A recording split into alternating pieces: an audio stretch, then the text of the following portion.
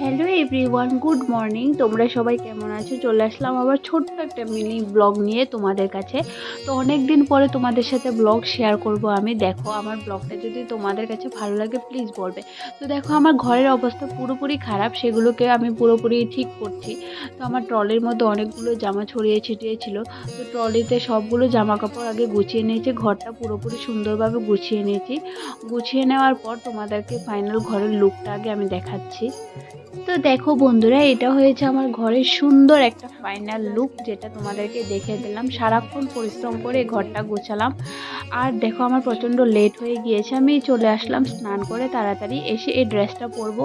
ঠাকুর পুজো আজকে দিতে পারিনি, কেননা দিতে পারিনি কারণ আমি ধূপকাঠি নিয়ে আসতে, প্রসাদ নিয়ে আসতে, মানে এগুলো নিয়ে আসতে আমি ঠাকুরের জন্য ভুলে গিয়েছি, যার জন্য আগে ঠাকুর পুজোটাও দিতে পারিনি। আর এখানে দেখো সূর্য মামা উঠে গিয়েছে, আর এইদিকে আমারও অনেক লেট হয়ে গিয়েছে। তো তাড়াহুড়ো করে স্নান করে এসে তাড়াতাড়ি চলে গেলাম এখন বাইরে।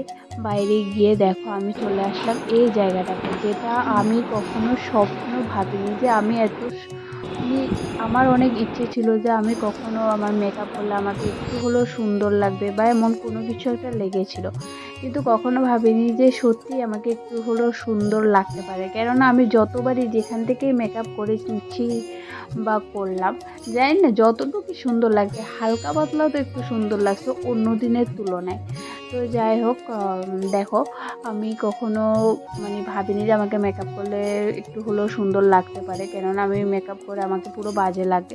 এমনিতে তো আছি মোটামুটি বাজে, তারপরে কিন্তু তবুও মেকআপ করলে আরও বেশি বাজে লাগে। যাই হোক, তারপরে দেখো আমি চলে আসলাম অ্যাজ এ মডেলিং হিসাবে। আমাকে হায়ার করেছে আমার একটা ফ্রেন্ড, যে যার এক্সাম ছিল, এক্সামের কারণে আমাকে মডেলিং হিসাবে নিয়ে আসলো।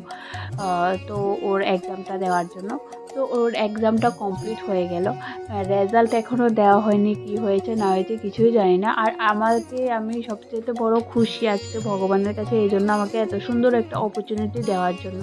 আমি কখনো ভাবিনি যে আমি এত সুন্দর মানে জিনিসটাও, সুযোগটাও পেতে পারি, সেটা কখনো ভাবিনি আমি।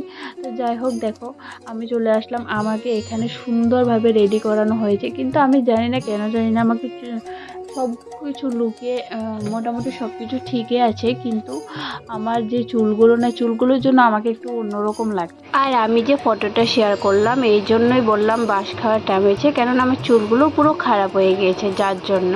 পুরো 10টার থেকে আমরা এসেছি 6টা বাজে, তারপর গিয়েছি। সারাদিন ধরে না কোনো খাওয়া দাওয়া, কিছু না। সকালবেলা যা একটু টিফিন খেয়েছি, এতটুকুই বাস, এরপর আর কোনো কিছু খেতে পারিনি।